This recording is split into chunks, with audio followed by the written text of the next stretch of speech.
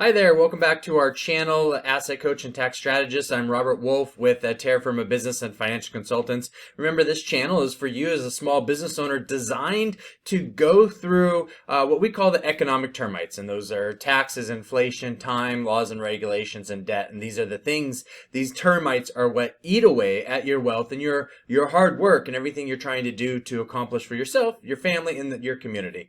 So our channel is completely designed for you as a small business owner to take what's being said out in the marketplace by politicians, by writers, articles, books, and such about these economic termites and translate it into saying, hey, what's this mean to you and I? Not that you don't know, but at the end of the day, from a different perspective of how we look and view things, and also from the IRS's perspective. So today's video we're going to go through, it's not going to be a long video, which is you're welcome, but it's going to address the Biden administration's proposal to add $5 billion to help set up a electric car charging station infrastructure throughout the United States. And so let me minimize my screen here. We'll put me up there, and let's go ahead. I'm just going to play the video, and we'll stop it when I have something to say and comment on it. Wants to award about $5 billion over the next 5 years to improve the national network of charging stations. We are expecting, or it either already started, a press conference with the Transportation Secretary alongside the Energy Secretary to announce this. So with more details is Yahoo Finance's Rick Newman, who's been following this story. Rick, tell us a little bit more about exactly what they hope to do here with that $5 billion fund. So this is charging stations for electric vehicles. President Biden wants half of all new cars sold by 2030 to be electric. And the problem with that, even though these are gaining in popularity, is we just don't have enough charging stations to make these cars feasible for a lot of people. So before we continue, think about this. By 2030, so we're in 2022, in 8 years, 50% of the vehicles purchased in the United States, this current administration wants half of new vehicles to be electric. So think about what the infrastructure developed and grew to be in the United States with the current type of fuel and infrastructure that we have in the roads, highways, and vehicles. Okay, so think about that. When cars were created, how people expanded, the United States expanded from one coast to the other. Think about that. So now we're the United States. We're from east to west coast, north to south, and we haven't completely developed the entire United States, but we're touching each of the four sides, so to speak, in every corner. So that didn't happen overnight. But in 8 years, this current administration wants all the vehicles that are sold in the United States to be able to be purchased as electric vehicles. And so for some reason, this administration thinks $5 billion is enough to set up charging stations throughout this country. Now, Tesla, guess what? They've set up their own charging stations. And so there are other companies out there that have set up charging stations, yes, for profit. But let's take a look at and see what this looks like, and continue to go through this video and see what they have to say. There are something like 45,000 electric vehicle charging stations in the country right now. That might sound like a lot, but those are clustered in population centers, mostly on the east and west coast. So think about that, right? So most of the people, think about the people who've purchased electric vehicles so far. Where are they located?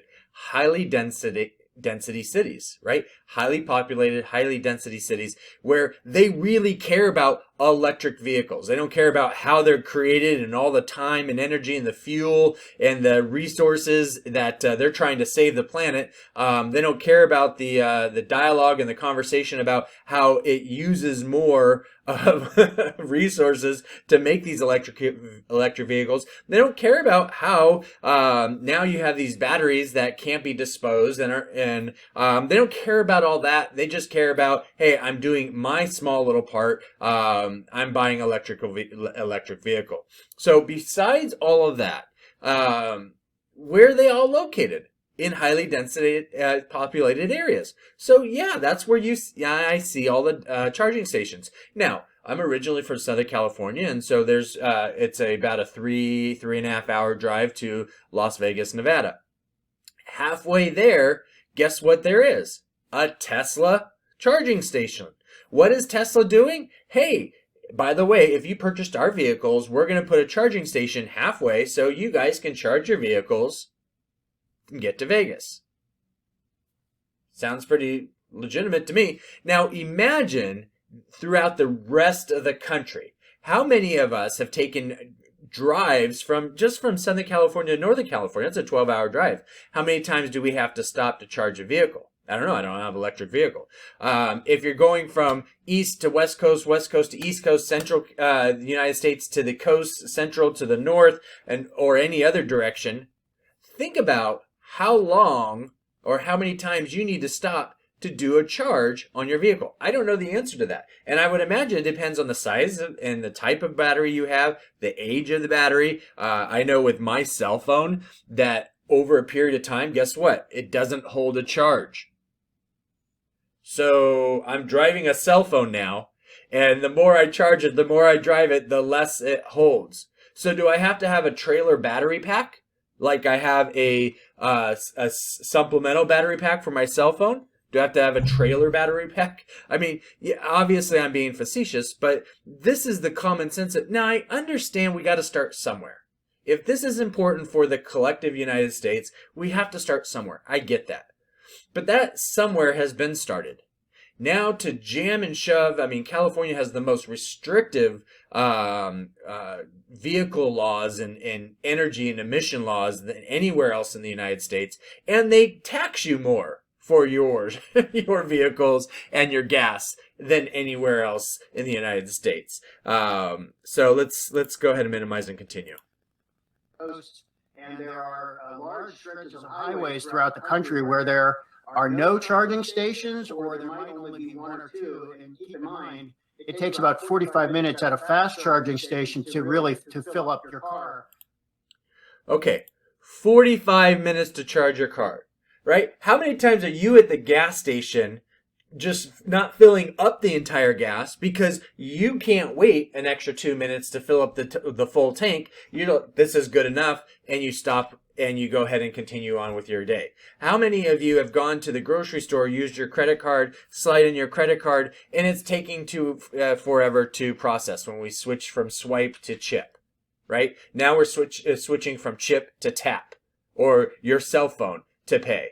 So, I mean, do you think people are really going to sit around 45 minutes? So what's going to happen across the country at these charging stations is there's going to have to be things for people to do. What if you're in the middle of the desert, it's 118 degrees like it is in Nevada, Arizona, and parts of the rest of the Southwest. It's summertime, and you're trying to charge your vehicle for 45 minutes. You're sitting out in 100+ degree weather. What are you going to do? You're not going to buy an electric vehicle. Let's just put it that way. You're not going to go on a road trip in the summer. So the common sense of this, again, I get you got to start somewhere. But what's that mean to you and I as business owners? Well, let's continue the video and we'll talk about that.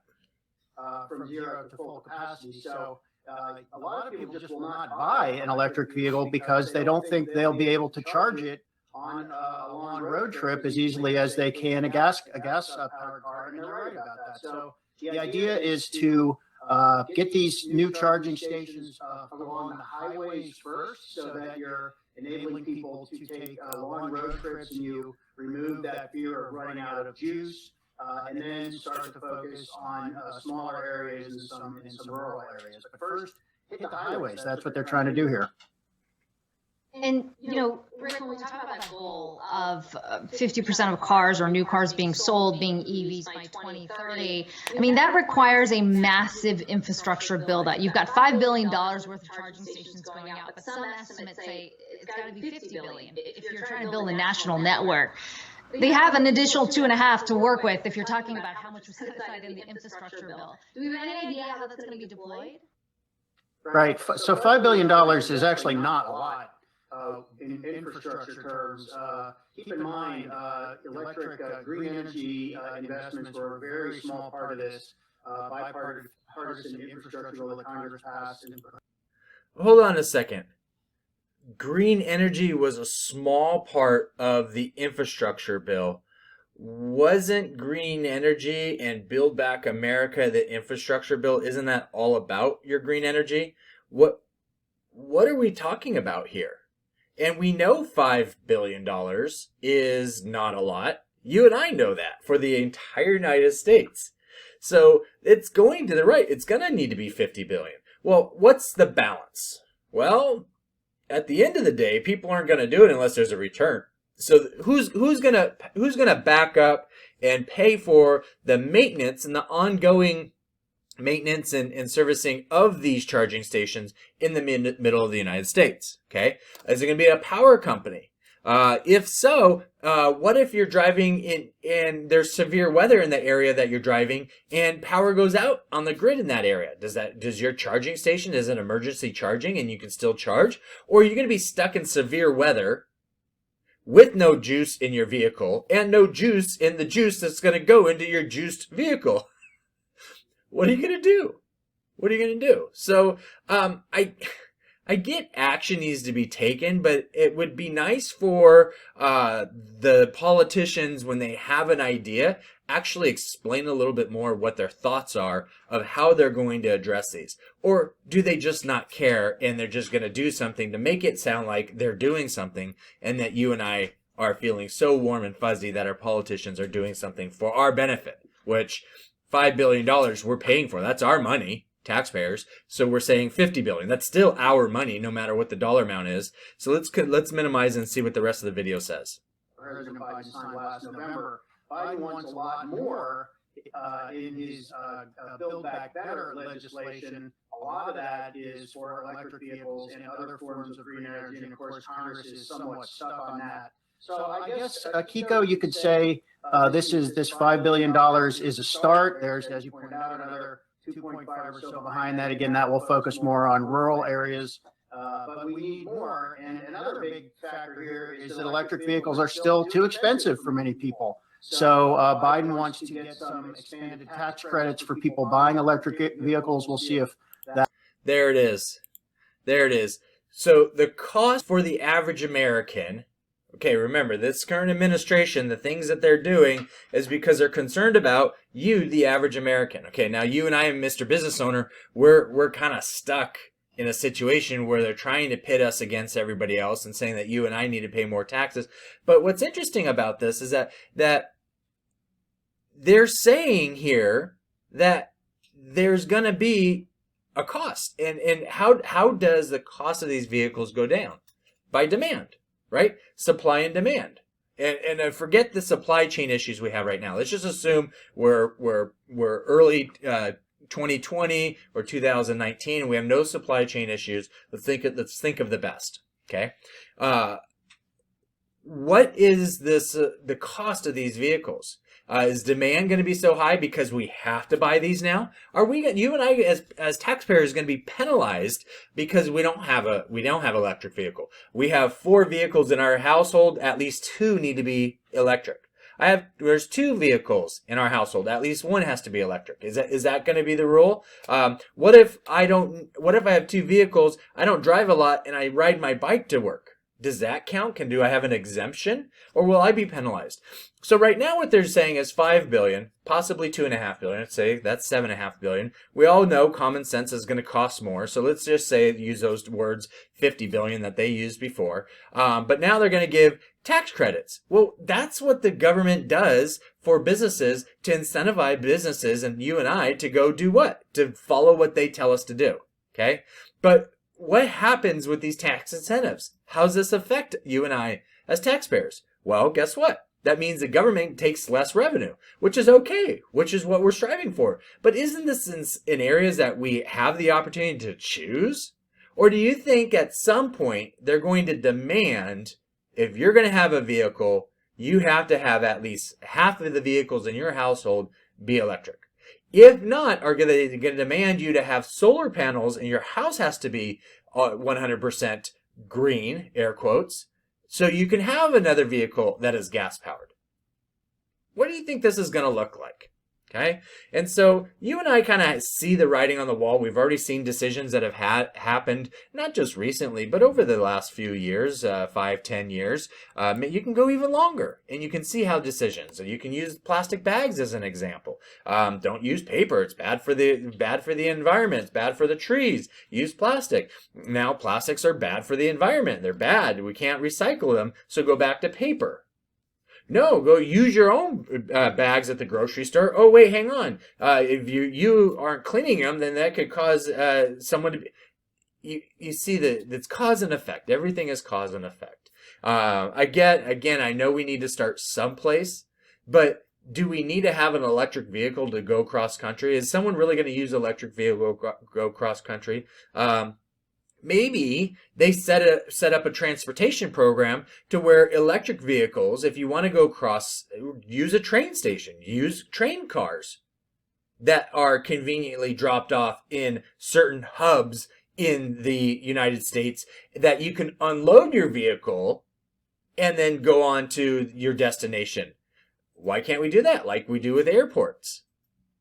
So I think there needs to be a little more thought process to the bigger picture on this, because again, this is going to affect you and I, our employees, the cost of our goods. So anyways, hopefully this was helpful. Trying a new way of watching a video and commenting on a video. So it's a little odd for me. So this is our first one, but feel free to share your comments, give us a thumbs up, and let us know if you haven't subscribed to this channel already. Feel free to subscribe, and again, add some comments in the comment section if you want to see or hear about other things within the economic termites and what you want our opinion about what's going on. We'd be happy to share our opinion. We all have opinions. But again, thanks for your time, and we'll talk soon.